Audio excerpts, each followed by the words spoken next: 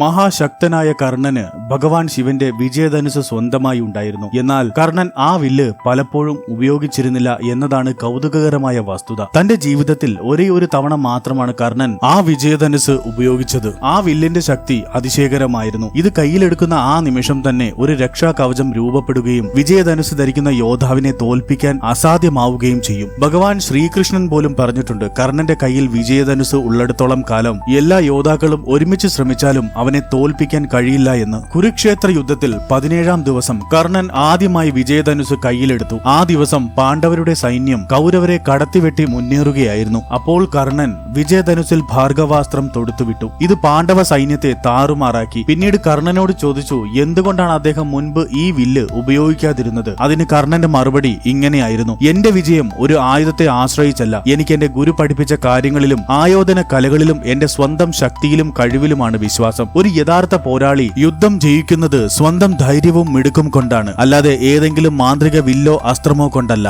ധീര യോദ്ധാവായ കർണനെ കുറിച്ചുള്ള ഈ വീഡിയോ നിങ്ങൾക്ക് ഇഷ്ടമായെങ്കിൽ ചാനൽ സബ്സ്ക്രൈബ് ചെയ്യുക, ലൈക്ക് ചെയ്യുക. കൂടാതെ കമന്റ് ബോക്സിൽ സൂര്യപുത്രൻ കർണൻ എന്ന് ടൈപ്പ് ചെയ്യാനും മറക്കരുത്. ഓം നമോ ഭഗവതേ വാസുദേവായ.